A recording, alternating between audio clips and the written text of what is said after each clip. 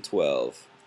Af is a nose, so your af, and can also be face, but really, I would say focus in on the nose. And then you have this interesting idiom, anger, but usually it's not just going to be af. It can just be used af, but more often than not, you're going to find it in something like this, like Deuteronomy 7. Ve'avedu Elohim acherim, and they served other gods. Vechara af Adonai, right? And the nose of God burned, which is an idiom to say that that God was super pissed, bachem, with them. Okay. And I'll not continue because then it talks about how God wipes them out quickly in a very graphic word. Oops, I went on. Okay, so that's that one. Chema is another way of saying rage or anger. You have a lot of ways to say angry in Hebrew. Brings me comfort. Chatzi is half, middle of something, right? So if you have chatzi, chatza is the verb form, to divide. Chatzer is a court. Chok, statue. Chukah, statute. Sorry, not statue, statute. Chukah, statute. Koach is strength or power. Migdal, which you can see has the sort of noun-making mem, and then the root gadal, which is big. Mincha, gift or offering. This is a peace offering usually. The Noach, you can see Noah's name there in the middle of that. Nacha is the root and the mem prefix. Mitzvah is a commandment. Right? Again, a very, very similar thing. Mem is a noun-making thing, and then tzava is to command. Mishpacha is family. Shefach has to do with abundance. There's the noun-making thing. This is a feminine singular. So if you wanted to say family of so-and-so, how would you do that? Mishpachat. Right, this would, the hey would turn into a tet. Not tet, sorry, a taf. Neder is a vow. Neder, sometimes spelled differently. Nadar is the verb. Again, this gives you all of them, and I want you to know how to say all of these things and to go in that way. But they'll not every one of these will be on the vocab quiz. I'm just going through everything. Nachala is an inheritance. It's an important word. Oz, strength. Az, strong. This is where we get Uzi from, right?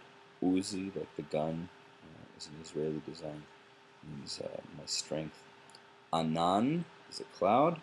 Re'ah is a friend, or re'eh, friend, companion. Right, we went over the Shema along with the second commandment, which is like it, which is from Leviticus, which says Ve'ahavta le're'acha. Okay, re'acha, your friend, kamocha, like you. Shane is ivory. Why they bring this word in at this point? Words like this, no idea, but whatever. Tiferet, tiferet, glory, splendor, beauty. Sometimes it's a crown in certain contexts. Chana is to camp. And you can see again noun building prefix. Chane, machane is a camp or an army. Le'emor is essentially, if you see le'emor, almost, I would say 9 times out of 10, probably 10 times out of 10, what you're looking at is the convention for biblical Hebrew quotes. Okay, this is a quote introducer. Okay, 13. Evion, poor or needy. Ava, not even important enough for me to talk about. Oyev is an enemy. Okay, and it's a word that you'll see oftentimes in the Psalms, right? Like David will talk about his enemies, oy vey. So Mishkan is an important word. Mishkan, tabernacle. Again, you have the noun builder with shachan here, to dwell, right? So it's the place of dwelling. Shachen is the one who dwells by your side, so that's your neighbor. Shachen. Oni is affliction, right? Ni would be afflicted or humble. That's the adjective form. Par is a young bull. Para would be the feminine form, which would be cow. Tzafon is the north, but it's related to the root tzafan, which means hidden. Kedem is east, and from this word east, you get front, because of course you orient yourself by facing east, and then the cardinal directions spread out. Yeah, there's a lot more to say on that, but not now. Ro'eh is shepherd, and you can see the O there is a signal that this is actually the participle, right? So verbal participle. Ra'ah would be the third person masculine singular of the cow. Ra'ah, he tends or he feeds flock. Teman is the south. From there we get the word Teman or Yemen. Zachar is to remember. So Zachar, he remembered. Zachara, she remembered. Zacharta, Zachart, Zacharti, Zacharu, Zachartem, Zachartem, Zacharnu. Right? I would say for try to go through the paradigm with these. But not this one, and not this one, because these are actually stative verbs, and they are a little bit different, okay? Yareh is to be afraid. It's a state, so in Hebrew at least, that's the way to think about it. Yir'ah is the noun, fear. Kaved is weighty. This is where we get the word kavod from, which is glory. It has to do also really with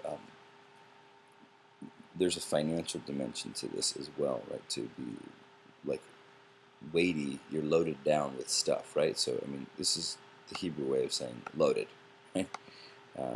So when you honor your mother and father, the implication there is financial, and that comes up in Jesus's use of this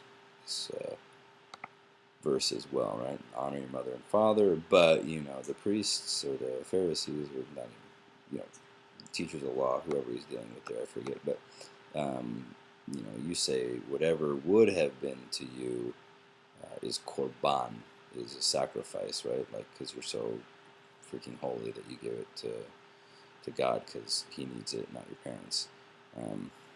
So that is the financial implication that's already inherent in that word. Lakach is to take, receive or take, depending upon context. Mashach, to anoint, which we get Mashiach, the anointed one, from. Azav, to abandon or forsake, leave, right? So Jesus is on the cross and says, Eli, Eli, lama azavtani, or Eloi, Eloi, lama sabachthani in Aramaic, right? This is the word that's being used there from Psalm 22. On, where, and ko, this often introduces an oration, speech, right? So, thus saith so-and-so. Okay.